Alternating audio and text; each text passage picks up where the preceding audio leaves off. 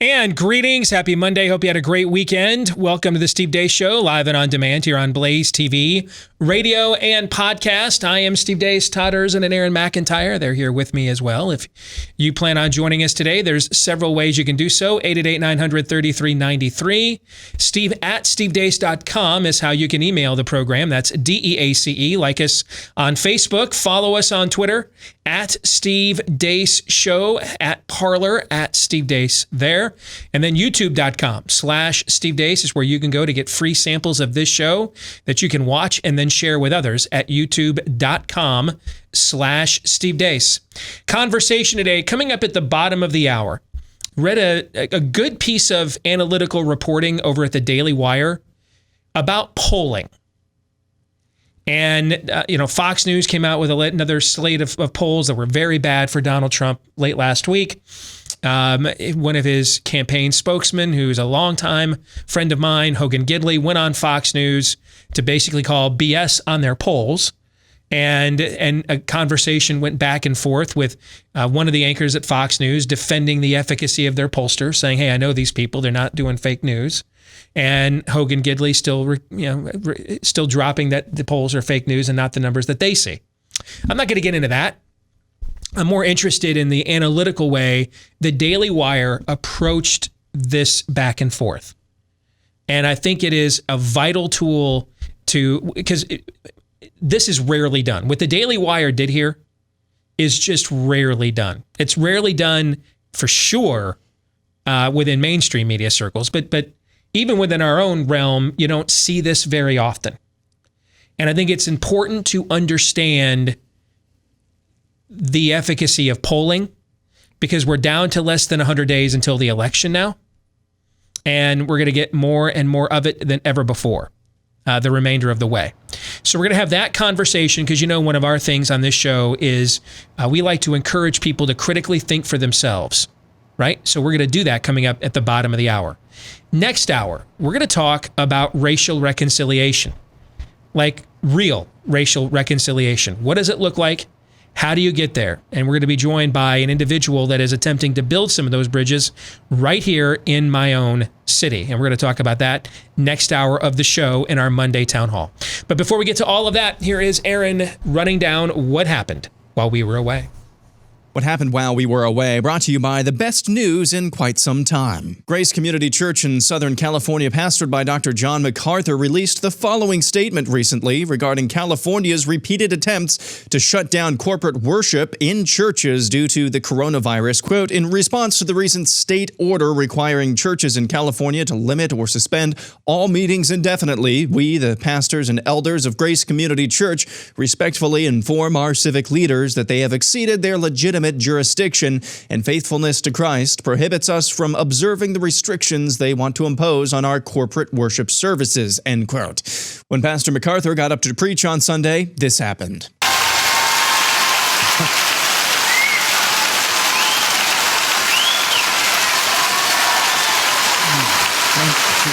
Thank you.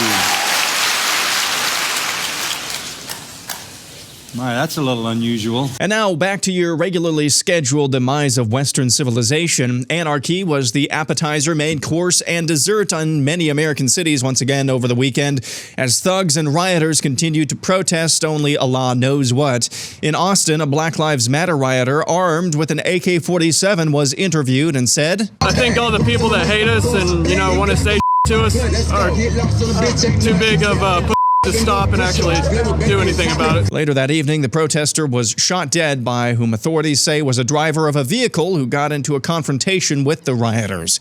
In Eugene, Oregon, it was the shootout at the OK Corral, minus the shootout part, as a video surfaced online of an Antifa terrorist in a guns-drawn standoff with a man who was presumably trying to drive his truck through the riot. That particular standoff ended peacefully with nobody shot. In Portland, Oregon, Black Lives Matter and Antifa thugs brought a blowtorch to a peaceful protest, ostensibly trying once again to burn the federal courthouse in the city. ABC News tweets, protesters in California set fire to a courthouse, damaged a police station, and assaulted officers after a peaceful demonstration intensified. Jerry Nadler, your thoughts? Do you disavow the violence from Antifa? That's happening in Portland right now? There's riots. That's a myth. that's being spread only in Washington, D.C. And now a coronavirus update will start in Australia, where they seemingly have more sense about delineating between public policy and the personal effects of viral illnesses. No death is okay. But welcome to life. Death is part of life. And we are killing more people by keeping ourselves locked down than we are saving. That is the basic point. Economics professor Gigi Foster has a rather shocking plan. She believes rather than mask up, it's time for Australia to man up. And that means instead of trying to beat this virus, we should meet it face on by getting back to business, even if that sees more deaths. What are we going to wait for? 1 year, 2 years, 5 years? Till those people who had COVID-19 are on their deathbed? Oh, and they get an extra, year that they're in the grave. That's tragic, but we cannot afford to wait around. Back stateside, it appears the second wave has hit its peak in the Sunbelt states. Data through last weekend in Arizona, Houston, and Central Florida, 3 of the so-called hotspots in the last month or so, seems to show new infections hitting their peak. In other news, Netflix has a new show called The Babysitters Club, and a recent episode was devoted to young girls exploring their gender identity. Okay, took a while, but we finally found a file for a Bailey Del Vecchio. Is 32 Burnt Hill Road still the current address? Yeah. Have you been giving him fluids? If he's dehydrated, we'll need to place an IV. Have him change into this. I don't want the blue one. Well... I hear someone's not feeling well. Let's take a look at the little man. I know that you guys are busy, but as you would see, if you looked at her and not her chart, Bailey is not a boy. And by treating her like one, you are completely ignoring who she is. You're making her feel insignificant and humiliated. And that's not gonna help her feel good or safe or calm. So, from here on out, please recognize her for who she is. And finally, a video from earlier this year before all of this started that went viral over the weekend. It shows 2 elderly people meeting each other for the first time after being separated in the hospital for 4 months. Chuck! Baby Chuck! Chuck! That? And that's what happened while we were away. Aaron's montage brought to you by Patriot Mobile. While the left embraces cancel culture, maybe get in on the action ourselves. Cancel your leftist supporting cell phone provider and make the switch to America's only conservative cell phone carrier, and that is Patriot Mobile. They share your values. They'll never charge you hidden fees. And unlike Big Mobile, they won't send your hard-earned money to Planned Parenthood or other leftist causes. So you get the same reliable nationwide service, and you get to support a company that loves this country and shares your values and supports our Constitution. Switching is easy. Keep your phone number, bring your own phone, or buy a new one. And right now, when you join their family of freedom-loving Americans, you can get free activation plus a free gift with the offer code STEVE. That's free activation plus a free gift with the offer code STEVE if you make the switch at 972-PATRIOT. That's 972-PATRIOT. Or go to patriotmobile.com/Steve. That's patriotmobile.com/Steve.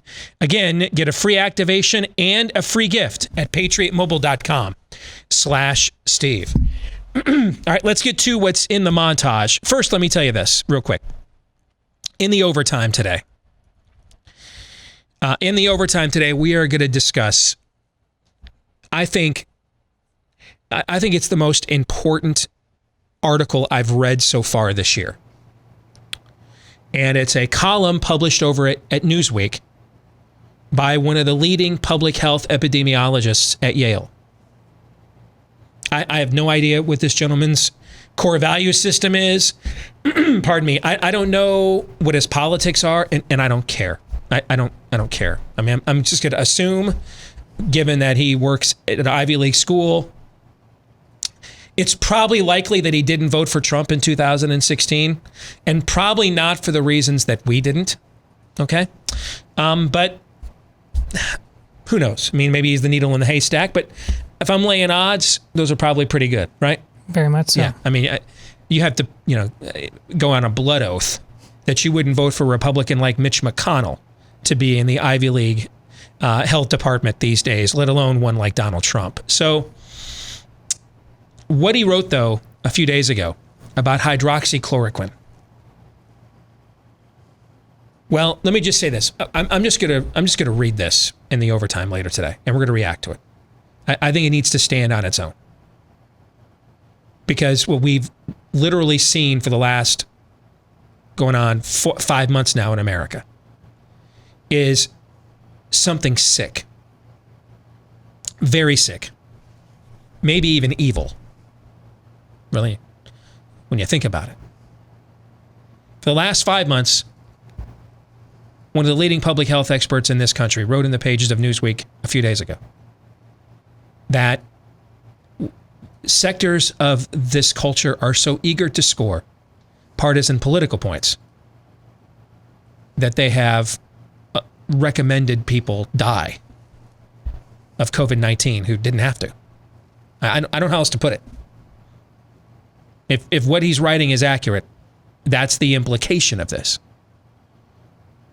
That in order to score points for stupid politics, folks in the media and certain people in political sectors have spent months now advocating, even some of the people reading them, voting their way, supporting them, die in order to score cheap political points. But I'm going to share that coming up later today in the overtime. BlazeTV.com/Deace is where you can go to subscribe to Blaze TV at a discount. BlazeTV.com/Deace so that you don't miss today's overtime or any of the exclusive content we do at Blaze TV all the time.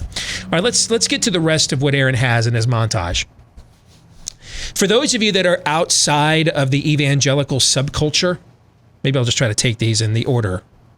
For those of you on the outside of the evangelical subculture, I don't know that I could explain to you what it means within that sect for somebody of the stature of John MacArthur to defy his state government. But this is one of the most respected evangelical teachers alive in the world today. And one of the most respected of the last, I'd say, 40 to 50 years. And he's also one that for many years taught the American Revolution was a sin against Romans 13, that they should have submitted to the governing authority of King George. So when you throw all of those things together into the mix, this is pretty significant within American evangelicalism, which probably represents somewhere around, when you look at the demographics, nationwide, about 30 million people. I mean, MacArthur is one of our most prolific thinkers in American evangelicalism. And if you're an American evangelical minister and you live in a state that says we're fine with riots, but you can't have church, that would be California. You live in a state like Nevada where the Supreme Court says that you can have, all kinds of people fill up the casinos and the strip clubs, but you can't have church. If you're abiding by that, I have bad news for you. You're maybe the biggest fig leaf that you've had to cover up your shame has been taken from you, because all kinds of your people are going to find out MacArthur's calling BS on this. And that means they're going to start coming to you and asking you when you are going to. This is going to be the right kind of peer pressure. The anarchy in the streets.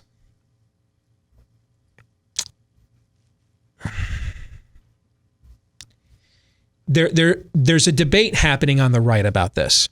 First of all, anybody who says it violates federalism to send in the feds, just don't take them seriously. They're not serious. That's a lot of people, Steve. Yeah, take none of them. Then write them all down. Take none of them seriously. All right. Federalism works both ways. The point of federalism is not the main point of federalism is not the limiting of the jurisdiction of the federal government. That's not the point. That's the effect of it. The federal government's jurisdiction is limited via federalism, but it's not the point of it. The point of it is to protect your individual liberty. That's the point of it. And in most cases, the limiting of the jurisdiction of the federal government will do so, but not in all.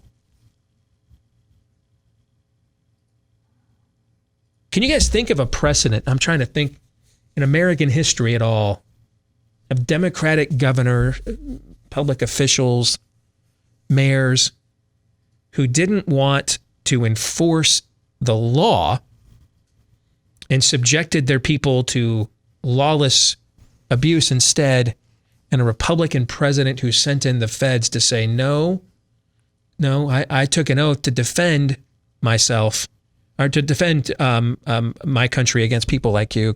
Has this ever happened before? Can you think of a time that it's occurred? I think, ironically, it might have even had something to do with race, Steve. Indeed. And the guy who was the Republican president at the time, if I recall, what was his name?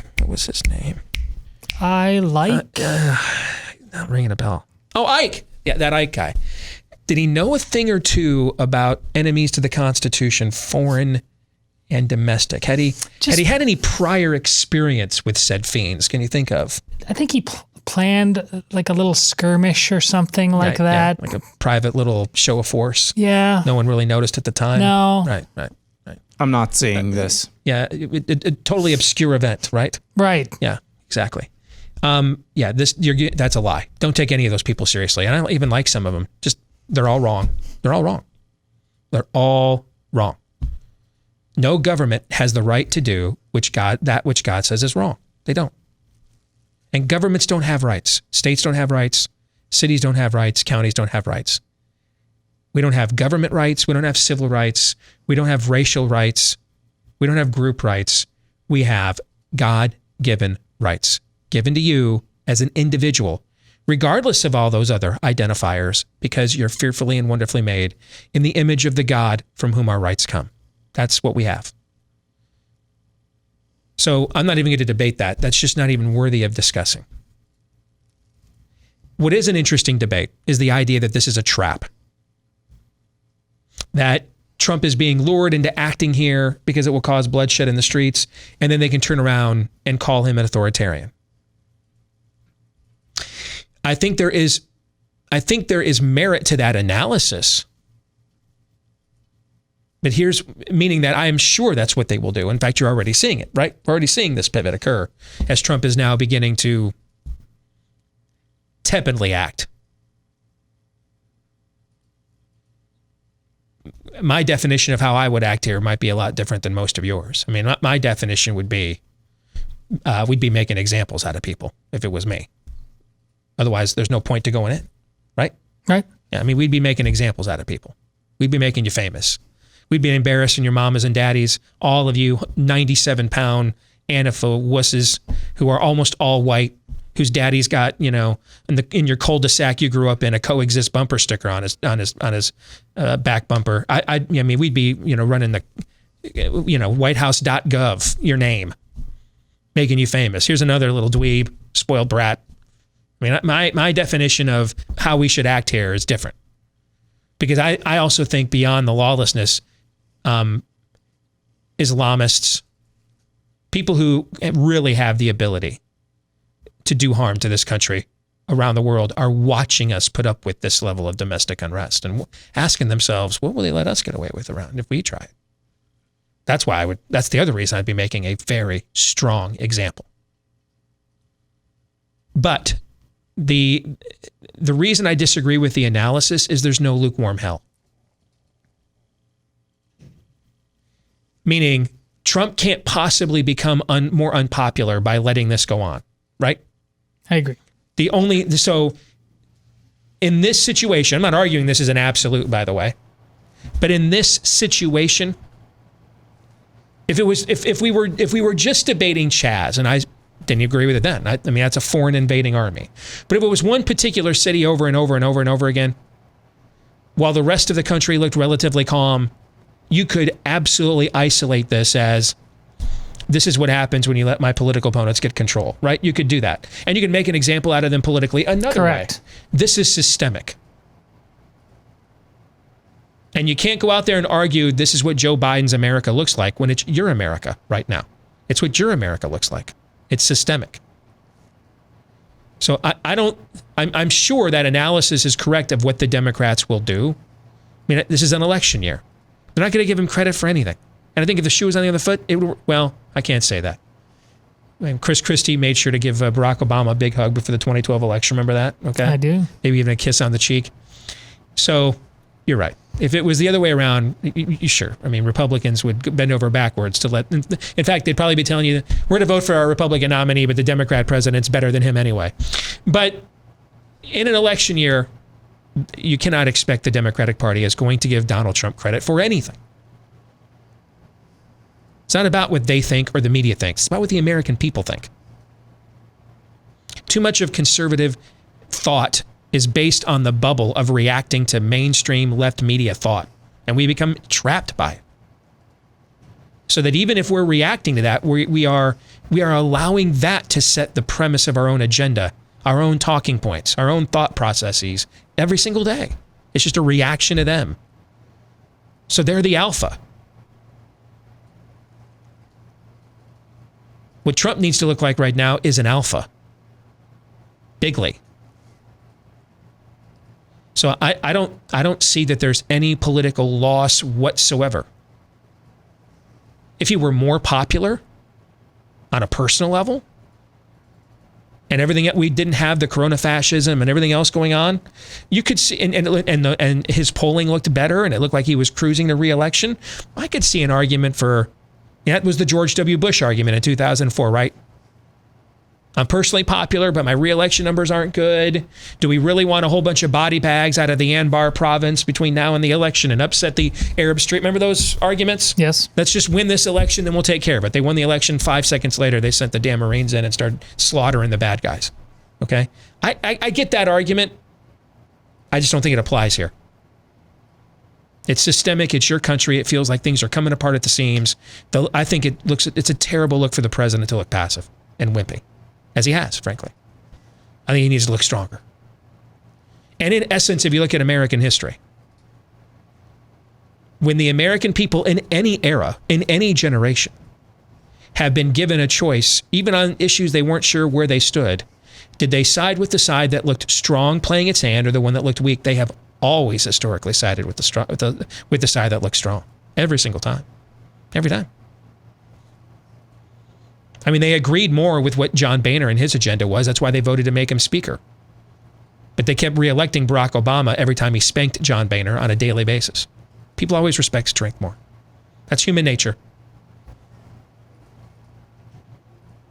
That's 6,000 years of human history. Trump needs to look more authoritarian, frankly. Needs to look stronger.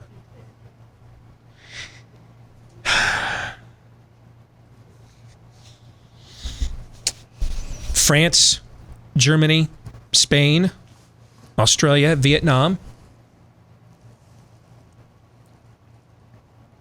all seeing an increase in cases in their countries. Have you noticed this? Yeah.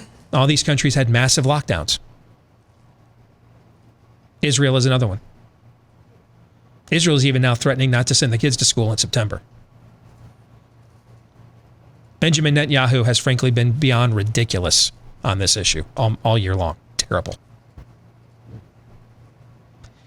What else do you say to a guy? I mean, the first lockdown they did was beyond draconian. It didn't work. So now his answer is, let's do it again. I mean, what do you say to that? That's just terrible. And you have to ask yourself, I've made this point. I started making this point in the Obama years. When there was two options.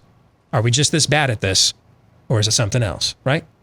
When you persist in pursuing policies that clearly do not work, you leave people no alternative but to get suspicious about your motivations. Because it doesn't make sense to just keep doing what doesn't work. It doesn't make sense to most people.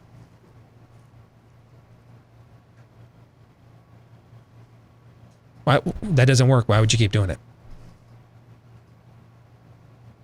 Why would you not water your lawn? Why would you not drink water? Why would you not eat food? Why would you not take a bath?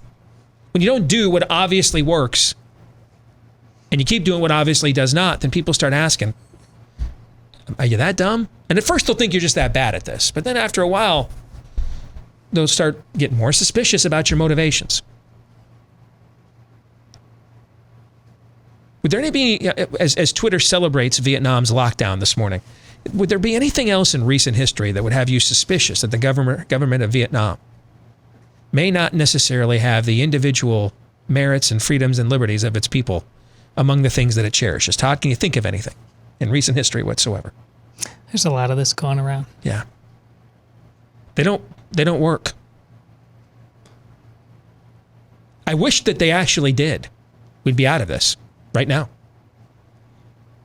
I wish that they actually did. But they don't. They don't work. They don't work. Did you see that former Obama doctor? Yeah. He's advocating we essentially do even what we already tried. Another 4 to 6 weeks. Except this time. Harsher. Well, that's what he's saying. Okay. That he just wants to double it now.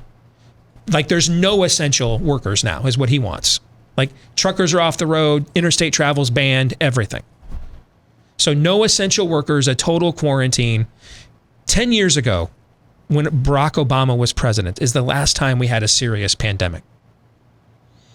It was known at the time as H1N1. Now, over the weekend, America crossed the line of 4 million cases, right? Another grim milestone marked by our media. Do you know how many cases there were of H1N1 10 years ago? And they eventually just stopped mass testing. Do you know how many there were? It's going to make me sad. It's going to make you very sad. Do you know how many there were, Aaron? Do you know? More than this. It's slightly more than this. Probably not as many more as you might think. 60 million. So a lot more than you might think. 60 million cases of H1N1 is what we had in America 10 years ago. 60 million. And they stopped testing. They stopped doing mass testing in the Obama administration. 60 million cases is what we had. We didn't shut down a damn thing 10 years ago. Nothing. For H1N1. The look on your face, Ersin, says what? It's a psychosis. We've all gone collectively mad. And this is what, when I say progressivism is cancer and said it before I ever heard of a thing called coronavirus, this is why. We were on the edge of madness before this, and now we are simply incapable of doing what, quite frankly, is the remedial math of dealing with this pandemic. I told you before, and if we could have picked a pandemic, it would have been this one. We're failing basic math. What the economist, she's just going to do math, the economist in Australia is like, Australia's going back into lockdown. They just re-locked down Melbourne. For months, Western media all over the world fawned over Hong Kong's mask mandate, saving Hong Kong from the Wuhan coronavirus. It's in its third wave of lockdown as we speak. They don't work. Believe me, sitting here on July 27th, I absolutely wished the lockdowns worked. Because if they did, life would be a lot better today, right? Yeah. If they worked the way we were promised, that what we were sold back in April, when we had to go, when it was just now 30 days to slow the spread, which just meant indefinite servitude. I wished they worked. I wished it worked. Life would be a lot better right now. They don't work. They don't work. Because the minute you let all these people out, they just get exposed again. These people aren't stupid. They have to know this, right? So then what's the other motivation then?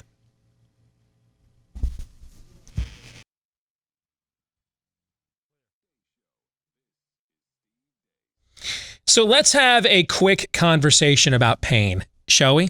Whether it's back, knees, neck, or shoulder pain, the underlying cause could very well be inflammation. And you want to defeat that inflammation before it defeats you and causes perhaps permanent damage.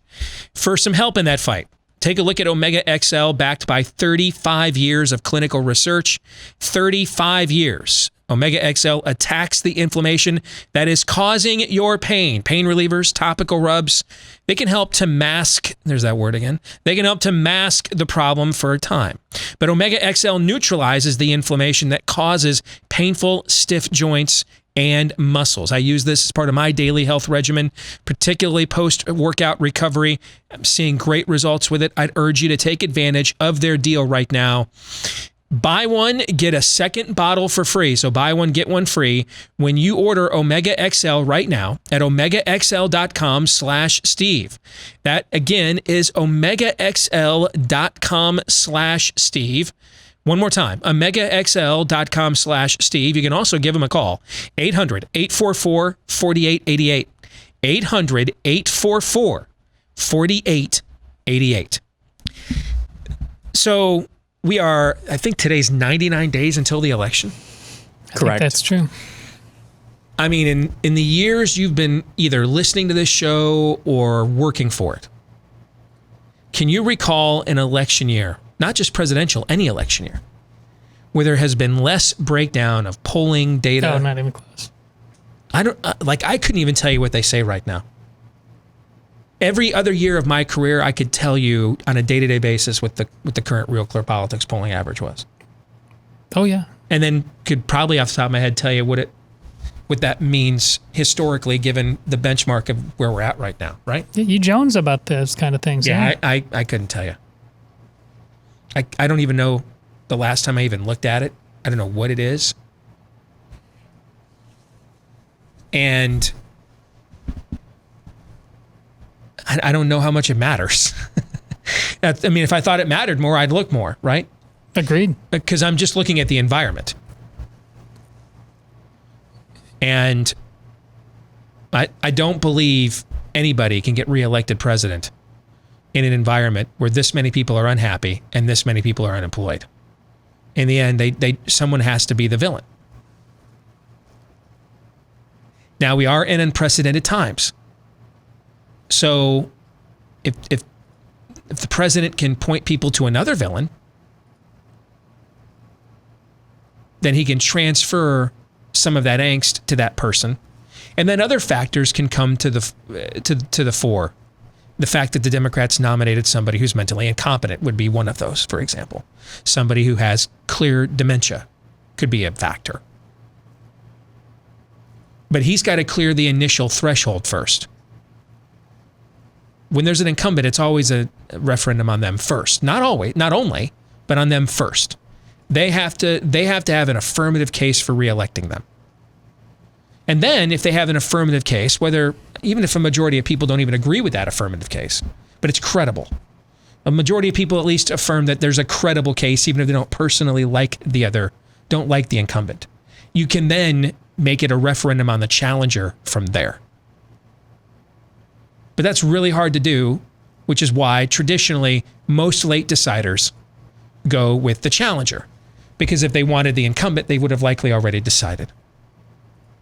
Now, some of these old-fashioned metrics may not apply as much this year because of the, take a drink, unprecedented times in which we live, right? But the other reason we don't talk a lot about it is because I just feel like every time I cite one of these polls, I have to rewind of the last couple of cycles and go through a whole spiel where I'm unwrapping canards. And the disclaimer, these are like the big pharma ads on television, those 30-second ads, where for 10 seconds somebody attractive comes on and says, my life changed taking this drug, and then the next 20 seconds is the disclaimer. You know what I'm saying? It just feels like the disclaimer is longer than the analysis. And as I've told people I've worked with and for in the past, whenever the explanation is longer than the accusation, you've already lost.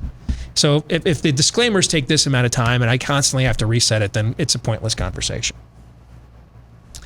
But somebody recently decided to do some actual reporting analysis that you don't typically see. And I wanted us to highlight that here in this portion of the show. So an old friend of mine, Hogan Gidley, who's now working, he was the deputy communications director for the Trump White House. He's now on the Trump presidential campaign, all right? And he recently appeared on Fox and Friends to talk about the president's polling, that it's bad. It's historically bad, actually, for a reelect. And he went back and forth on why he thinks the polls are fake. They're not seeing the same metrics within the campaign. Brian Kilmeade took exception to Hogan's categorizing Fox News pollsters as fake news and says, hey, I work with these people. They're not fake people. Back and forth and went. I don't care about any of that, frankly. What I care about is this latter third of this column or this article that the Daily Wire did about this. Because it's a level of analysis that's not, when I mean analysis, in this case, unbiased. Meaning I'm here to cast a narrative. I'm just looking at, here's what the data shows in relationship to the news. You know what I'm saying? That kind of news analysis. There's opinion analysis. That's a lot of what I do. And then there's news analysis. And that's some of what we do. I would say, a majority of what we do is opinion analysis, but we still do a lot of news analysis on our show.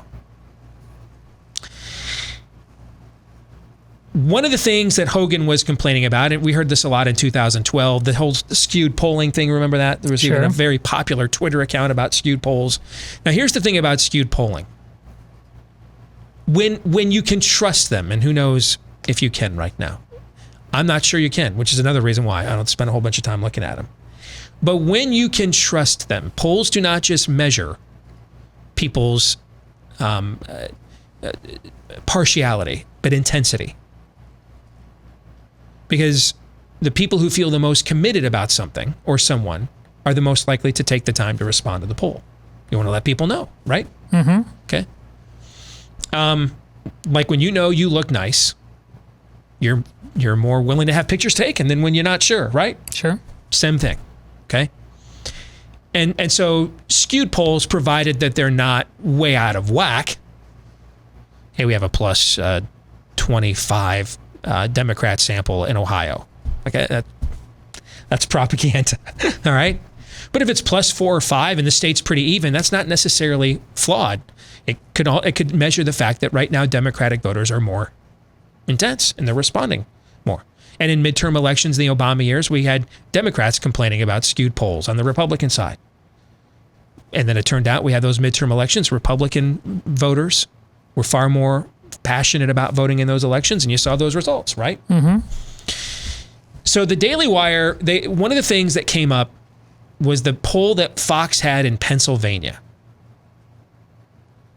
And they were debating this in this clip. And the Daily Wire said, hey, Fox News did a poll of Pennsylvania conducted July 18th through the 20th.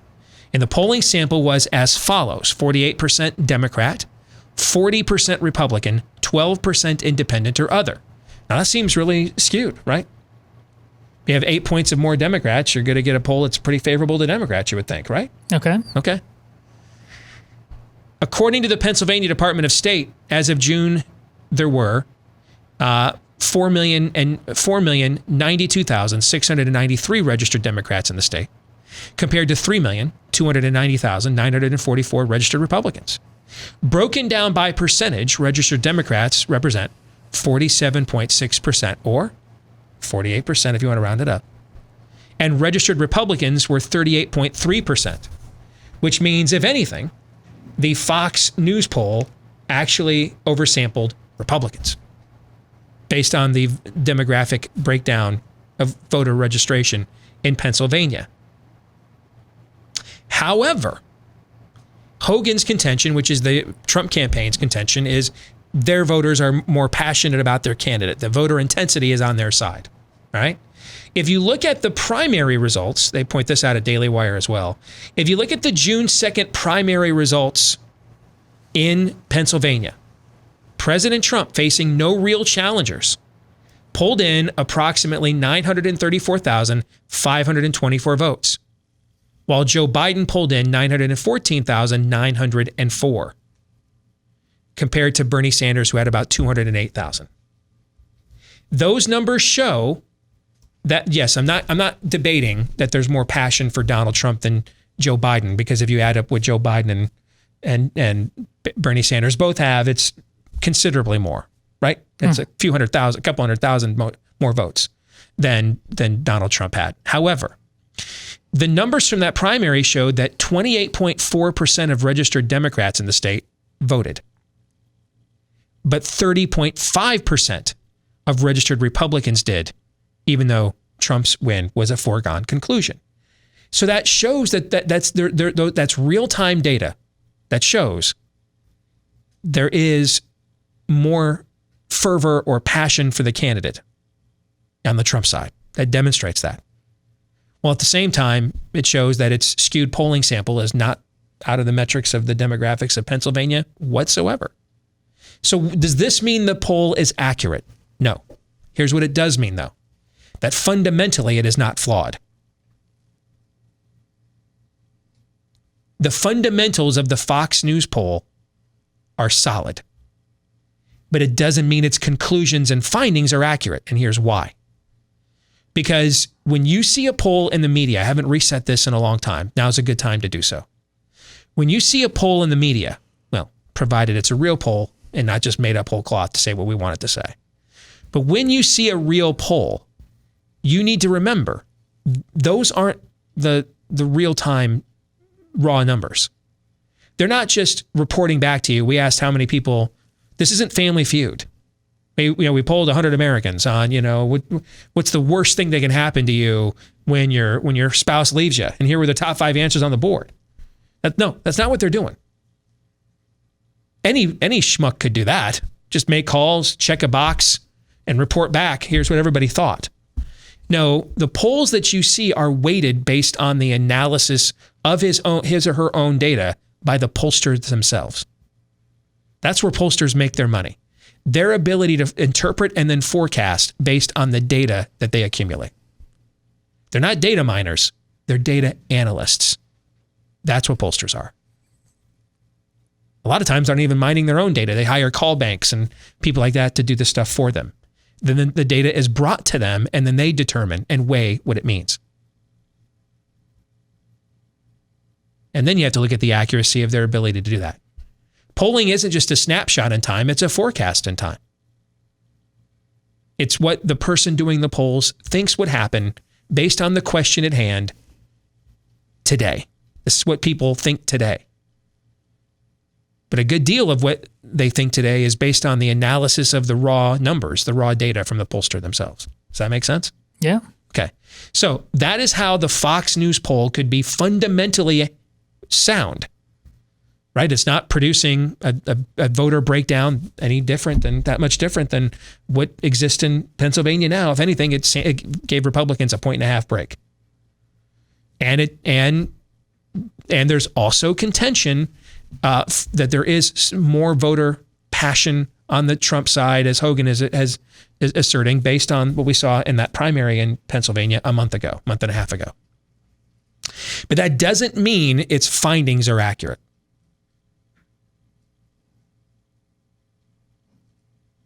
And I will say this. Because in this latest batch of polls Fox released, they also released a poll that showed by several points the American people think Joe Biden is of more sound mind and body to be president than Donald Trump. If I was going to publish that, I would have to come to one of two conclusions. A, these people this can't be right. That can't be right. It just can't be right. I must be wrong if this is my weighted analysis of what these raw numbers are. Or B, the question I asked is flawed because it's a redundancy. In this case, in my sample, people so dislike Donald Trump that they really can't give him credit for anything. And so trying to break it out to measure something specific, like the guy who is the current president of the United States working 28-hour days, 8 days a week, versus a guy hiding out in his basement who has dementia when he does emerge from said shelter. I can't trust that people are then I'm not really trying to find out if people sincerely have an opinion on the mental faculties of each person because they can't see beyond their own bias of how they think how they view other person. You know what I'm saying? Yeah. Like I can't think I want a different president, but I do think I'm a little concerned about Joe Biden's mental capacity.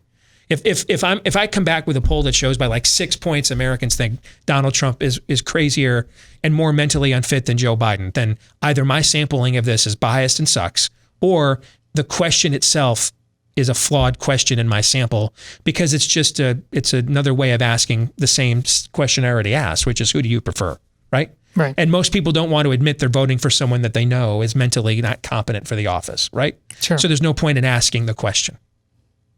Thoughts on that? You know, when I saw we were going to talk about this, I keep coming back. I don't remember the context we talked about it, Steve, but remember when we came up with the it was a Trump tweet, the great the unspoken majority, silent majority, has to do with if the interpretation of this involves anything resembling an old silent majority, and we've talked about not existing, but there's no way to overcome a Trump loss. But if there's a new silent majority out there, to me, that's what a pollster really has to find a way to tap into, because that's what that 30% Republican appreciation energy level says to me, that there's people that aren't just status quo Republicans, but there's a drift there of something that's not traditionally measured. I would agree. I mean, we had a poll last week that showed 2/3 of Americans don't feel comfortable asserting their political views. So I think this is where, if you want people to take your poll seriously over at Fox News, you have to have a little self-awareness. I mean, because you're going to produce a result that shows that by a clear majority, people think Joe Biden is more mentally sound. I'm really going to doubt the entire weighting of your findings at that point.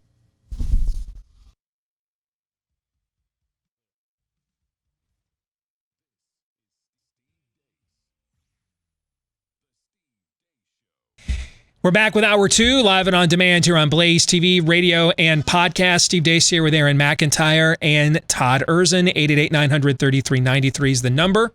Steve at stevedeace.com is how you can email us. That's DEACE. Like us on Facebook.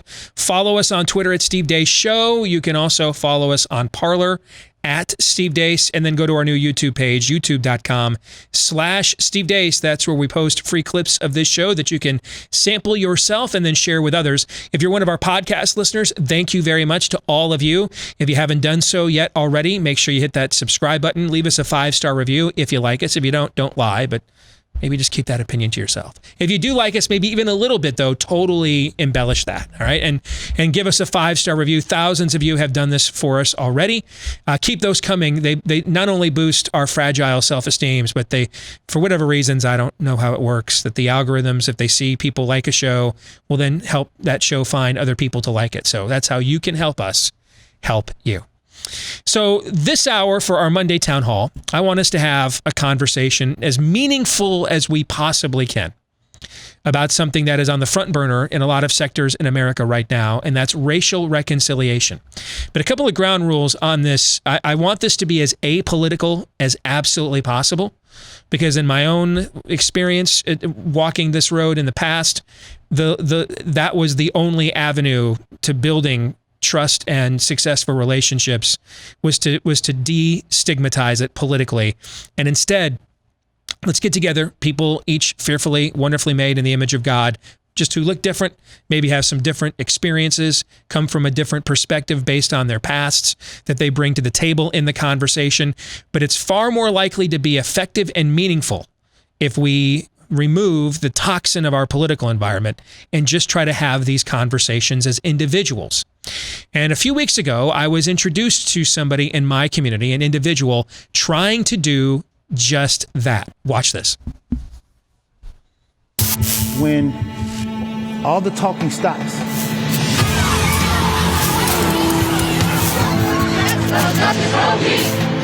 what's next? I'm saying what starts right here. What's next is having a place for us to go so we can grow. Mr. Will Keefe's organization Starts Right Here is exactly the type of organization that we should look to. See, I don't understand why people get so mad that I work with the governor or work with the U.S. senator who's Republican, because I am a Democrat. See, See, for some reason, I feel like that the United States is called the divided state of America. See, I want to get it back to that real word, united. I'm going to work with anybody who is willing to understand the end game and making sure that our community is safe, our community has purpose, our community comes together, our community understands each other. See, the thing is, when I say together, I don't just mean one race. I don't just mean one party. When I say together, I mean us all. I thought that's what we wanted. And I'm gonna fight for that. If you believe in coming together, building bridges, that's what I'm going for. And I think everybody should get on board with that. But if you don't, maybe next time, huh? Because we're gonna keep moving. Let's bring him in. The man in that video is here with us here today on Blaze TV, radio and podcast. Will Keeps. Will, it's good to have you on the show, man. How are you? Man, it's an honor to be here, man. So tell us, first of all, let's get to know a guy named Will Keeps. Okay. Who are you? What's your background, etc.? Tell us your story. Okay, from the south side of Chicago. My mom and my real dad separated at a young age. My mom brought home a man who we thought was funny. Well, he was funny. You know, he wrestled with us, took us places, but I had no idea he was a predator. He called me downstairs at the age of 7 years old, took me into the bathroom, and then molested me. When I walked upstairs, I had no idea who I was anymore. I became angry, became selfish, became needy, lost empathy. Didn't even know what empathy was, but I lost it. Mm-hmm. I was this kid who liked to sing and dance, you know what I'm saying? And he just took that away from me. Even though down the years I brought it back, you know what I'm saying, a little bit here and there. But he took the joy away because I didn't know who I was anymore. And then I come to find out that my sister, who was 9 at the time, was molested as well. And I didn't understand why she changed, why she became so angry and hostile. But when we had that conversation, we told each other what happened. And this man used to have us, like, can I be real with y'all? Yeah. Okay. Keep it PG. PG-13. Well, it was bad. And so what it did was it had me be so afraid of what's going on in my home that I thought I needed a whole nother family. So I decided to join the gang. So when I joined the gang, that got me in a position where I was almost killed. And I have a friend of mine that got killed right in front of me. And that put me in a whole nother state of mind. It was like my whole mind, I was losing it. You know, I felt like that my life was getting less and less important. But the crazy thing about that is that no matter anything that I've been through in my life, I kept moving forward, but I didn't even know I was moving forward. I was thinking about all the bad things that was happening to me that kept me moving backwards, kept me thinking backwards. But I was actually kept moving forward because I did graduate out of high school. I did go to college. Even though I messed up in college because became a wild kid in college. But I kept moving forward to the point where I am today as being a father, a husband, and someone who's out here trying to help others who probably been through the same thing I've been through or even worse. And I want to be here for the community, the lost community, the lost kids, the lost families. That's just a brief piece of my story. That's only like 2% of my story. The fundamentals of the story that you just shared, obviously, given where you live, how you're brought up, who you live with, it may manifest itself differently. But I think this is why it's so important just to, first of all, have this conversation as individuals. Mm-hmm. Because there's scores of people, this audience is all over the country. And this is one of the largest platforms in quote unquote conservative media. And there's all kinds of people right now who don't look like you and maybe don't understand. Maybe for them, when this kind of abuse happened to them, the idea of joining a gang wasn't an option where they lived, but it led them down a path of engaging in behavior or making choices that if they weren't broken or shattered by a betrayal like that, they wouldn't have made in their right mind, right? When I joined that gang, I wanted that power, right? That respect, right? You know what I'm saying? Right. And because I felt like, and that protection, right? Because I felt like I wasn't getting protected in my own home, right? So I felt like I needed another family, to protect me. It's the reason why I was a girl that was abused. That may be why I became super promiscuous, and now professionally I sell that promiscuity, and because I think it gives me empowerment. But then at the same time, I struggle with it and I'm ashamed by it. That's why I wanted to start with the story of Will Keeps, because there's a lot of talk right now in our culture about, hey, you need to listen. But are we really having the conversation we really need to have reconciliation in the culture? Do you know how many there are? Unfortunately, scores of people in this audience who already can identify with you because they've been through a similar event. They've been scarred similarly, right? And I think that's why I think we need to start here, Will. I mean, you're a guy named Will. I'm a guy named Steve. Out in the audience are different people with different names, but nobody's coming to the table in this conversation exempt from any form of suffering, exempt from any kind of challenge or abuse or mistake that they made that they wish they hadn't. And I think that's getting lost in a lot of this conversation. It is. So when you start there, and you used a key word there, I think, empathy.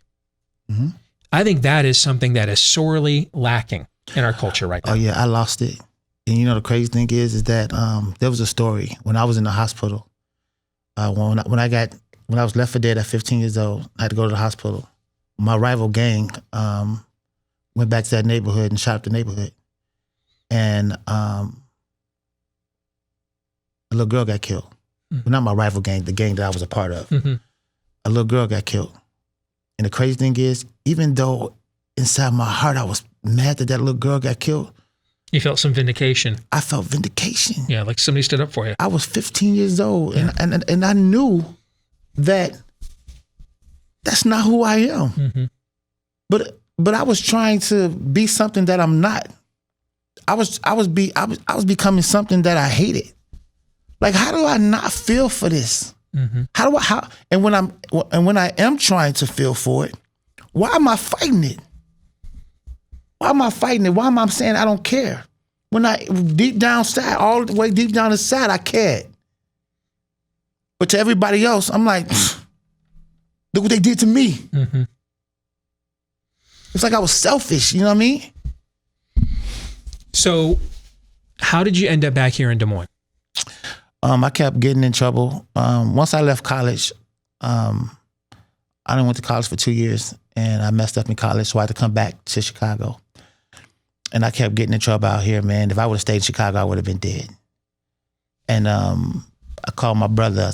My brother, he went to Drake University. He was out here working. He had a family out here. I called my brother, and I said, bro, I need to get up out of here. He said, what's wrong? I said, bro, if I stay, I'm dead. Because I can't stop. I can't stop being a part of what's going on in these streets. And even though, I know a lot of people don't know this, I was signed with Mary J. Blige. I had a group called Laid Back that was signed with Mary J. Blige, but I was still like getting in trouble. And so my brother just said, come on. So I packed my stuff up, put it in my little red Jeep, and I came to Des Moines, Iowa. And when I came out here, I'm telling you, I was driving out here and I was like, where am I going? I saw nothing. You know what I mean? I'm like, what is happening out here? And then when I got out here and I found where my brother was at, and I packed all my stuff out and moved in with him, he got me a job at this restaurant called Garfield Restaurant that was out here, because he was managing that at the time. And so I started washing dishes. You know, so I came out, the first thing I was doing was washing dishes. And I just looked around and was like, man, I'm in a whole nother different, you know what I'm saying, state.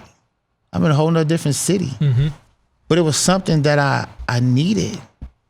But I didn't know that at the time, because everything was so slow out here. I was like, I was losing my mind. I was quick, fast pace. Came out here, everything was so slow. I didn't even know what music was at. I'm like, what are we listening to? You know what I'm saying? Or it was music that was 10 years old. I'm like, where's the new music at? So, but it was the best thing for me to come out here because it slowed me down. I needed to be slowed down. Mm-hmm. You know, I met my my wife. You know, I got kids, 3 kids, and I just built a family and a foundation here. So again, this is where we're going to see some more commonalities here of the human experience. I lasted 2 years in college, and I went from I was voted most likely to succeed in high school to flunking out of college because apparently they don't give degrees for just playing Super Tecmo Bowl and never going to class. That's all I did was play Tecmo Bowl. Yeah, and party the entire time. All right? That's all I did. And I'm still paying for the student loans for those mistakes 25 years later. I'm not paying for the student loans. They garnished my checks. I'm done. So I flunk out of school. I am way in over my head gambling with a local bookie and everything else, you know, and I can't pay a debt, and I'm pretty sure this guy's going to break my legs. And I'm living in Grand Rapids, Michigan. I grew up in Michigan. My grandmother was still back here in Des Moines. So I called her up, similar to the call you made to your brother, and said, I basically got to start my life over again. I got to get out of here.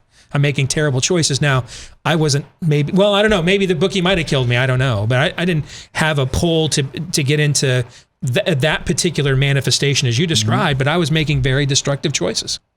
And so I called my grandmother up and I said, hey, can I come back to Des Moines, stay with you, and I wasn't sure what I was going to do, but just start all over. And she said, yes. I was working, slotting mail. I worked in the mailroom at Blue Cross Blue Shield. I was a mailman. Okay, yeah. So I mean, I literally I tried to get a job managing Quick Trips because my cousin, who was like my sister, did that. I failed the Quick Trip managerial exam. I mean, I had to come back. I had to come here to Des Moines and start my life completely all over again. Just a vat of wasted potential, basically. And I was bound and determined to do my best to waste it. And I came here and had a family member give me a break to try to start my life all over again, and had to start from the very bottom in a mailroom to get to where I'm at right now, working on one of the largest platforms in the country. Well, let me ask you a question. What made you, from being the valedictorian in high school, what made you switch the game up? What was going on with you? You know what? You mentioned an issue with the father figure in your home.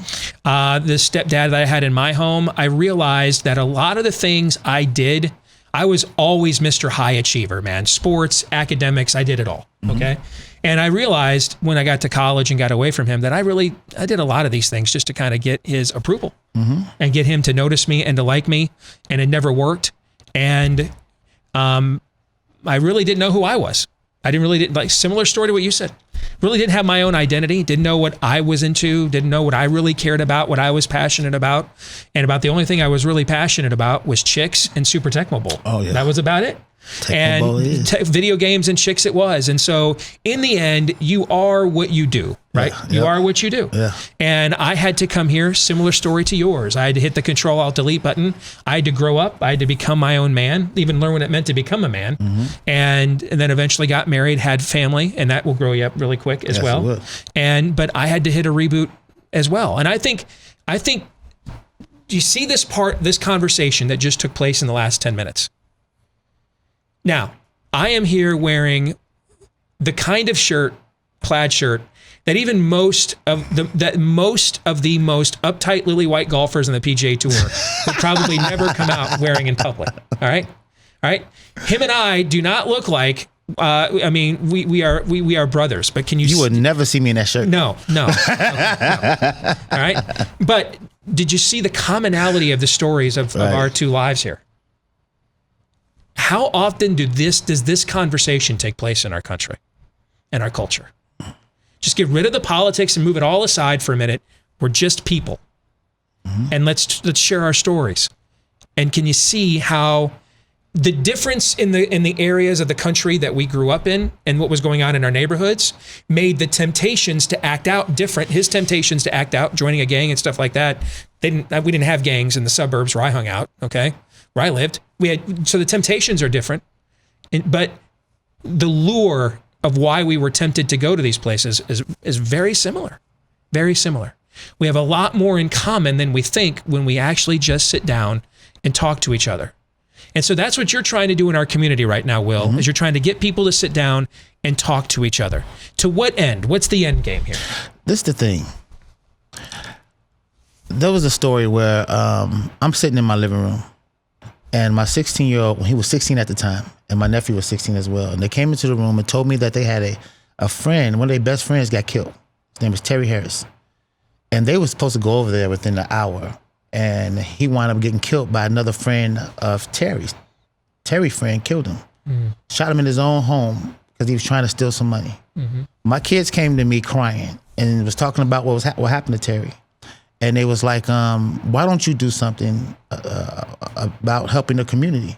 Do a song about what's helping the community. Because I was doing a lot of other songs and stuff like that. But they wanted me to really tackle on what's happening in the community because they was hurt. And so I looked at my kids and I saw the pain in their eyes, and I went upstairs and did a song called Wake Up Iowa. Within a day or two, I got this song done. And I asked a young man named Subject One to come help me with this song. We did a video. The song went great. It got the attention of the streets and it got the attention of the police. The police loved the song. The streets didn't like it so much. The reason why the streets didn't like it so much, because I said, when you walk outside your house, what do you see? You see houses, cars, and trees. When I walked outside of my house in Chicago, I saw nothing but gangsters, crackheads. You know what I'm saying? I was afraid to even walk the block sometimes, not knowing if I was going to make it through. And a lot of gangsters out here was upset about that message. But what I was trying to tell them is, I was like, I'm not saying there's no gangsters out here. I'm saying that when you walk outside your house, what do you see? You see houses, cars, and trees. When you walk outside your house, the fire is not right there. It's like you go look for the fire, and then you bring that fire back to your home. I'm saying we don't have to do that. We don't want to be a mini Chicago. We want to be safe. And so I decided to have my mission to say, look, I'm about to go out here and really try to save the lives of the young men and young women. No matter if you're black, white, Latino, Asian. If you're lost, I want to be a part of it. If your family's lost, I want to be a part of that. I want to be able to help that. And so what I did was I decided to build relationships through my music.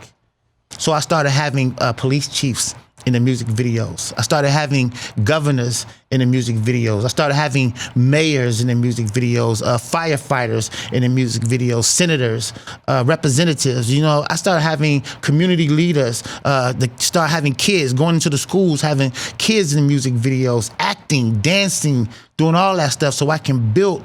It was like I was showing them my superpowers that I always had within me, but all of a sudden now I was learning how to use them in a big way.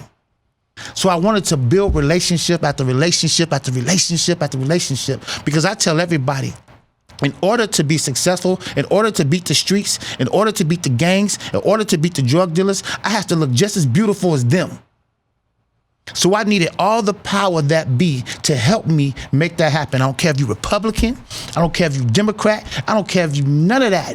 If the end game is to help our community become better, to grow, to have purpose, I'm down with that. So I got a lot of hit for that. And in my own community I did. Not all of them. But some people really, you know what I'm saying, like dug at me like, you're a traitor. You're Uncle Tom. You're a hypocrite. You can't be on both sides. You got to choose one. And what I'm telling them is I chose my side. I chose the side that God told me to choose. And that is to bring us together, to be that bridge. And that's why I built these relationships. I got the most beautiful relationship with Governor Kim Reynolds. People get mad at her so bad right now, and they be calling me and saying, Will, what's up with your girl? Why she doing this, blah, blah, blah. I said, that's the governor. You think I can tell her what to do? Well, I can tell you what she is doing. She's helping me help our community. Now, you ain't gonna like everything that she's doing. You ain't gonna like everything that I'm doing. But if we both doing something to help the community, we don't have to agree. But at least we're doing something to help the community. So if I don't like what you're doing, how you're doing it, I'm not gonna bash you on social media, right? Mm-hmm. But I don't like how you're doing it, but I know that you're doing it for a good reason. But you just went another route. Words, there's empathy established because you have a relationship, right? You went another route. Yep. So I'm saying, okay, go your route. If your route works and that kid or that parent or that family over there getting help, or you brought people together because you went your route, then thank you. Mm-hmm. If I go my route, see, I knew that when it comes down to black organizations out here, there's only certain ones that are known out here. So I had to put myself in a position to say, look, I need to get the message that I want out. So I need to build my own organization. And that organization is called Starts Right Here. And what I mean with Starts Right Here is that we're starting over. We're going to press the rewind button and start over. We can be sitting right here going through some problems right now, but it starts right here. It could be a year later from now, and you sitting at that table and you going through something right now, but you know what? It starts right here. So I wanted people to understand once you get a part of what we're doing, the movement, and even the building that I'm building right now, when it comes down to education in this building, mental health will be in this building, a safe place, studio, game room. I got a program called The Porch. In Chicago, we used to always sit on the porch and talk about girls and we roast each other, right? Mm-hmm. But a serious conversation always happens on the porch. An oasis is what you're building. Yeah, it's a sanctuary. So we actually going to build a porch inside the building so we can actually sit down, so we can have dialogue and really talk and have a free conversation, just like we talking right now. Just have that conversation on the porch. And if we disagree on something, let's try to come with a solution. But if we still disagree, I'm not mad at you. Let's go get something to eat. Mm-hmm. Let's go get something to eat. We just disagreed. I don't want to hate you. You shouldn't hate me. So when it comes down to Starts Right Here, man, I want to build relationship. Like with Journey Ernst. You see Journey Ernst in the video. Man, I talk to this woman all the time. But I don't look at her as a Republican. I'm talking to Journey Ernst, who happens to be the U.S. Senator. Who wouldn't want to have that conversation? Right. But I don't get into all the politics, though, because I'm not the politics guy. When people start talking to me about politics, I'd be like, not my lane. That's probably why you have a chance. I'm not kidding. I'm not even joking. That's probably why you have a chance to accomplish what you're trying to do, is because politics has ruined a lot of this. Mm-hmm. And it's why the first time we introduced you to our audience, and I know you have to go here in a few minutes, I wanted to spend that entire time giving them a chance just to get to know you. Mm-hmm. Because I think so little of that, which is just such a basic starting point for human relationships, so little of that goes on in our culture on a daily basis. If there's people in our audience right now that want to learn more about your organization, can you give them an idea of where to go? They can go to startsrighthere.org, Nope, I messed up. Startsrighthere.org. Yeah. Let's do it again. I'm going to do it again. Get it right this time. All right. startsrighthere.org. Go there and you can see everything, man. We got a beautiful board. I've visited the facility that you're in the process of building it right now, which is basically going to be a sanctuary there, right in the heart of the city. And we have to raise a lot of money to get it done, because just like I said earlier, I need to look just as beautiful as a drug dealer. So when the kids walk into our building, I want them to not just see walls. I want them to see something beautiful and see that a black man with a do-rag on his head made it happen. Mm-hmm. And because I made that, and the reason why I made it happen, because I built relationships, even if I disagree with some. Building relationships is very important. We got about 2 minutes here before we have to let you go. If there's somebody listening right now anywhere in the country and they're inspired and they want to know, hey, how can we do this? How can we get past the politics and build some of these bridges here? Can you take about the next 90 seconds or so and just give them some encouragement or practical steps or experience from what you've learned? You tell me? Yeah.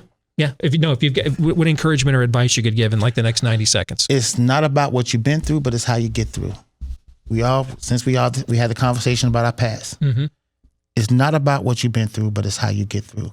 We all go through something. Let's get through. And when it comes down to building relationships, we're not going to always agree with everyone. That's impossible. And if you agree with something that everybody says, you might be that puppet. You know what I mean? But my thing is that it's okay to disagree.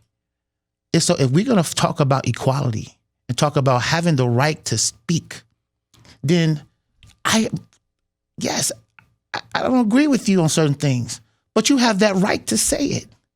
So I'm not going to condemn you for it. I'm going to respect you for being brave enough to say how you felt. So if we fighting for that, let's make sure we fight for it 100% and make sure, even if we don't agree with you, that you can still say what you got to say and not crucify you for it. Let me give you some encouragement about the minute we have left.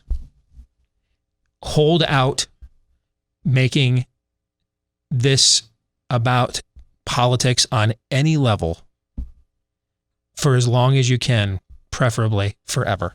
Mm-hmm. That is the situation will become increasingly more toxic. It's going to become increasingly more divisive and dumb.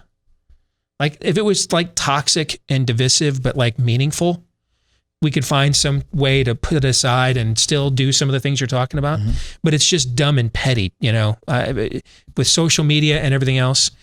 And I think the fact that you've done that is why you have made such a big dent in a relatively short amount of time, brother. And I want to see you be successful. So thank you for coming down here today. Man, thank you for having me. And we'll do it again sometime, all right? Yeah. Now, you've got to go. We're going to sit here and probably talk about you behind your back when we come back. That. You okay with that? Let everybody listen. Really quick. Tell everybody listen to my music, too. Listen to the music videos. Startsrighthere.org, right? Startsrighthere.org. All right, man. Thank you very much, Will. Appreciate it. We'll come back in a moment. Bye-bye.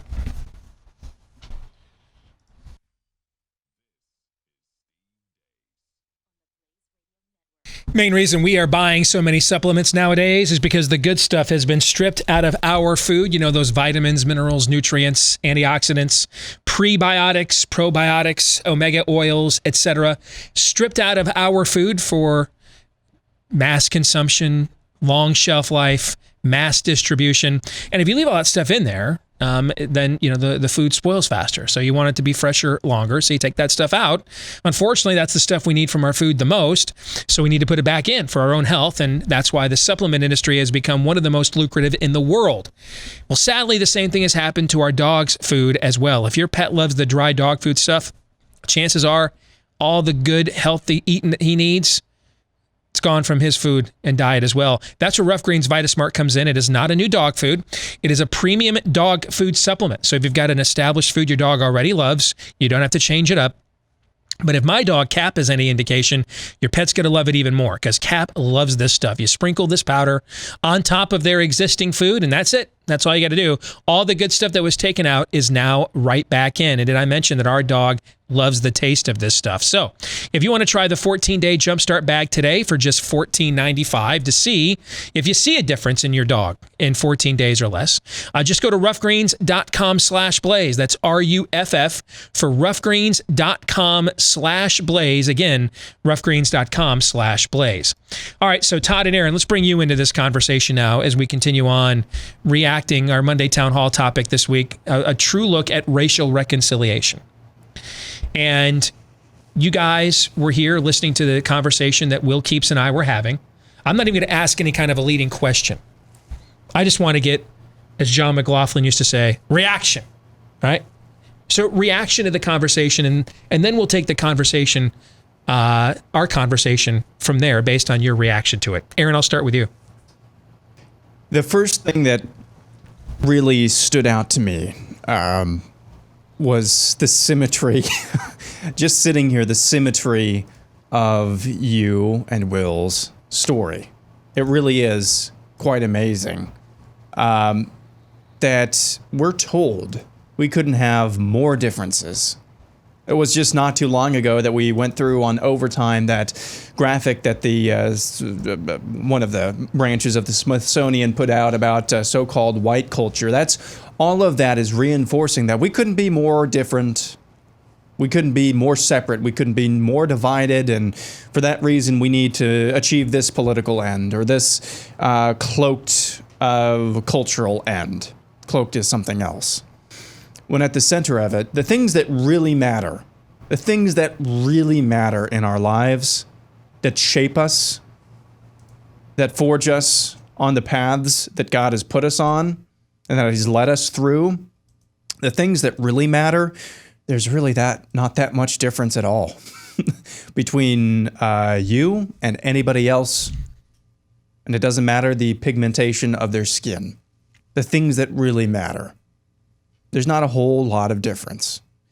And yet we're told every day that there are differences and that we need to accentuate those differences and even elevate other people's differences above our own. The emphasis on the differences instead of what we just heard, which is what truly unites us, and that we are all broken people. And yet God, through his good grace, redeems us through the cross and makes us and forges us into something that we could have never imagined of in our broken states. And that's what we heard throughout the course of that conversation.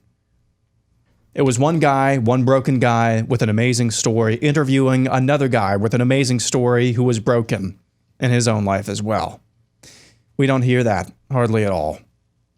Because, well, for one reason or another, most of their culture doesn't want to hear that. Most of our culture has no interest in propagating those types of stories, yet they're still out there. What does Todd always say? The truth is still out there. The truth is out there if you want it. And so that was my big takeaway from that story. Apart from the amazing work that Will is doing now and how God is using him now apolitically, which is in and of itself a miracle these days. Apart from that, just hearing the story of brokenness from both of you and how there is a lot more and the things that unite us. There are a lot more things that unite us than what divide us. And the things that unite us tend to be the things that matter the most in life. Todd, what do you think? I like what he said about needing to create something more beautiful than what they're going to. And most people say, well, gosh, that's not hard. Look at gangs and drugs and violence or whatever. But that's the thing. And he said it in his own life. Those gangs were beautiful to him, way more beautiful than the abuse he was coming from. In my early to mid-20s, I was a counselor at adolescent drug and behavioral rehab. So I know what he's talking about. It doesn't necessarily make sense to us. I'm broken, but I don't have a broken story like Steve or our guest did, Will. The simple fact of the matter is, though, we race off and do dumb things because those dumb things, to us, for various reasons, look beautiful and stunning. Whatever it is, the risk of it, the perceived glory in it, and we absolutely have to understand that in that false reality, the reality, genuine reality you provide them has got to be more beautiful. And the church is perfect at providing an example of how it's done a terrible. Of course, it speaks for itself, doesn't it? Eternity, forgiveness of your sins. But we do such a bad job of making that reality more beautiful than anything else. It looks dull and boring, and so people choose otherwise. So that's on us. He gets that. It's incumbent on us. If it's the greatest story ever told, and it's not coming through your mouth as the greatest story ever told, that's a you problem. He gets it with the front porch and what he's talking about. How you meet them, how you tell your story. Man, I hope this thing has wings. So when I asked him to tell his story, there were parts of it that I knew. I did not know about the abuse and stuff like that in his home with the father figure. This is the first I heard of it. I mean, I knew that he had a past with gangs in the streets, and it cost him doing some things like athletics in college and stuff like that. But the other part of this, I had no idea. I didn't know any of this. I learned it when the audience did. But here's what I did know. I knew this. I knew that if I asked him to tell his story and then just got out of the way and let him tell it, it was going to be a story that would be very similar to stories we all have or have heard. Because there's really not that much separating us when we actually just sit down and listen to each other. The politics are toxifying. The human interaction and the empathy that goes along with hearing someone else's story when you genuinely want to hear it, that's what's unifying. I mean, the reason that he went into gangs as the answer to the dysfunction in his home and I didn't isn't because he's black and I'm white. It's just because that wasn't glorified in the neighborhoods that I grew up in. Other things were. Other temptable activities were, and so I was lured into those instead. You know, in the white suburbs, we didn't have gangs. You just sat around and just played video games all day and lost your life in that instead. Lived a fantasy experience, which is what the gangs offer. The fantasy of a family, the fantasy of wealth, the fantasy of power. That's, you know, it's not that different, guys. And we're being sold this idea that there is a chasm of human experience we couldn't possibly comprehend and understand. And you know why? Because the conversation is fixated on the human experience and not the human condition. They're separate. I don't know what it's like to live in the kinds of places that he talked about. I don't. And for all the mistakes that he made as a father, I'm to this day, very grateful of that Dave always had a job, usually a good paying one, provided well. I got to go to virtually every amusement park in America that matters at least once.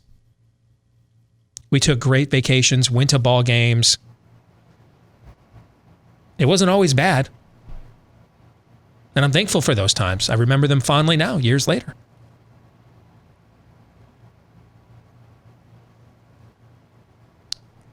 So I don't understand that experience. I don't understand that experience, right?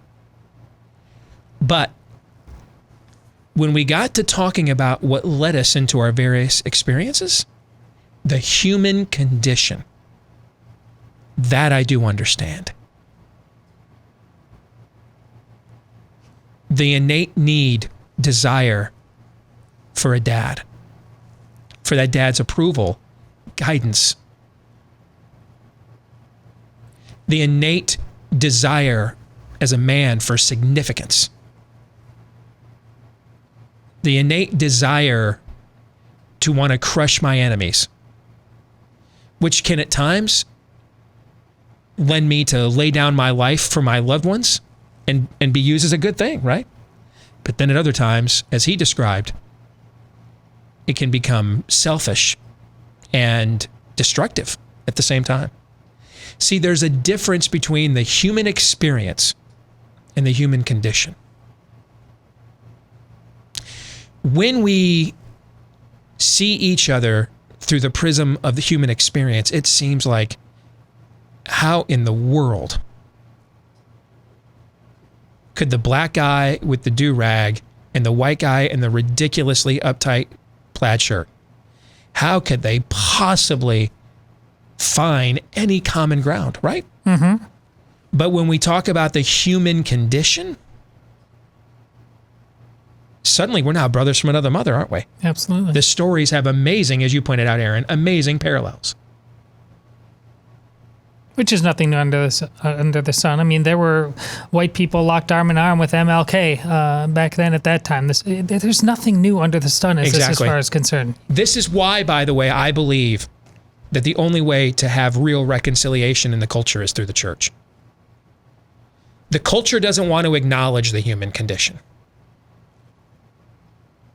It's still pretending we can all just hide out for a vaccine that may never come, and that we can crush a virus if we just put diapers on our faces and lock each other's freedoms away for an indefinite period of time we can't define. Japan, the Philippines, Hong Kong had months and months and months of 100% mask mandates, all seeing an increase in cases as we speak. Israel, Germany, Spain, all locked down. France divided the country into like green zones and red zones like it's friggin' Chernobyl, man. Like we were at the Battle of the Marne, still dropping mustard gas on each other. Guess what they got? Surging cases in there. See, what we want to believe is that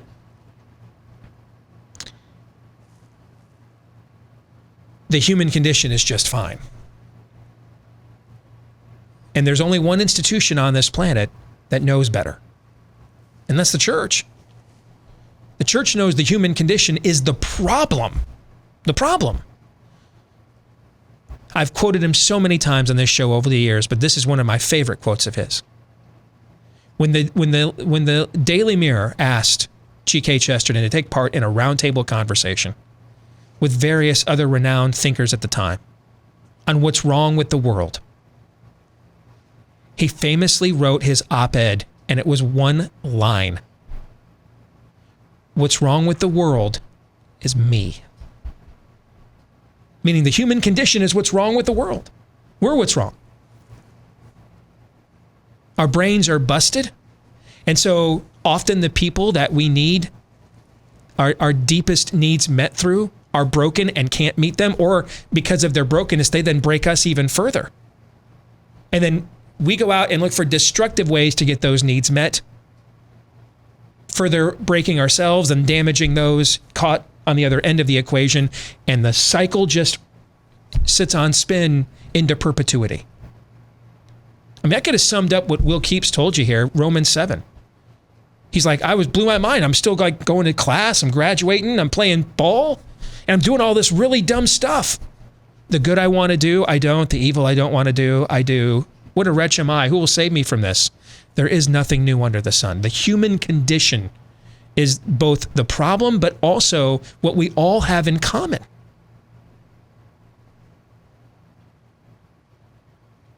And when we recognize that, by the way, that's where grace comes in. Because then we recognize, man, your toxic sludge looks different than mine, but I'm still on the Richter scale over here at my house. Not my place to unfairly judge you. Doesn't mean we don't have any standards. It just means I'm not here to call you to account. I'm not qualified to do that. I'm stuck in the same mess you are. So how do we get out? We need to put the conversation back more on the human condition.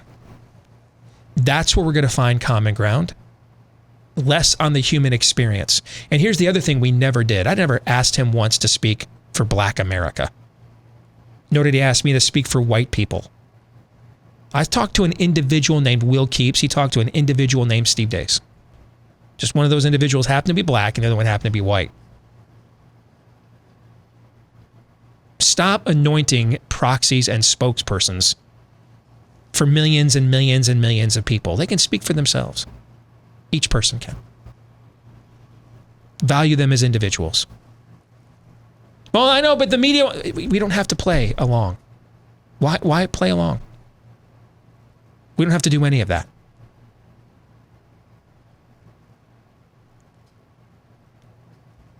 I hope that this gave you some encouragement. That this is at least possible. If we want to. We're going to stick around, do some overtime on hydroxychloroquine, an amazing piece from Newsweek written a few days ago by a Yale epidemiologist. We're going to discuss it there at blazetv.com/Deace. For the rest of you, back at it again tomorrow. Until then, John 3:17.